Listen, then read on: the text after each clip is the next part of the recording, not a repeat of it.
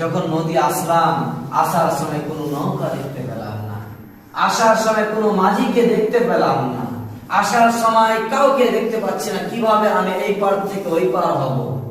হঠাৎ চোখ থেকে আমি দেখতে পেলাম যে একটি গাছ নদীর পাশে আছে, সেই গাছটি অটোমেটিকলি আপনা আপনি একটি নৌকা তৈরি হয়ে গেল। আপনা আপনি নৌকাটি আমার কাছে চলে আসলো, আসার পর এই পার থেকে ওই পার আমাকে করে দিল, সেই জন্য লেট হলো।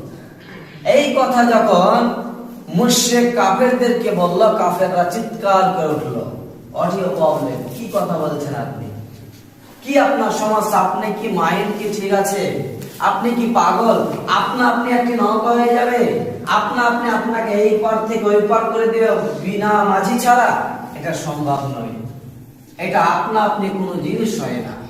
তখন আবু হানিফা বললেন, তাহলে আপনাকে বুঝতে সুবিধা হবে, যেমন ভাবে আপনি বলছেন অটোমেটিকলি আপনা আপনি নৌকা হতে পারে না, আপনা আপনি এই পার থেকে ওই পার নদী পার হতে পারে না একজন মাঝি ছাড়া, সেম একই আল্লাহ ছাড়া, একজন মালিক ছাড়া কি করে এত বড় আসমান হয়ে যেতে পারে?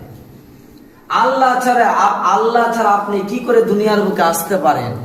আল্লাহ ছাড়া আপনি কিভাবে কথা বলতে পারেন?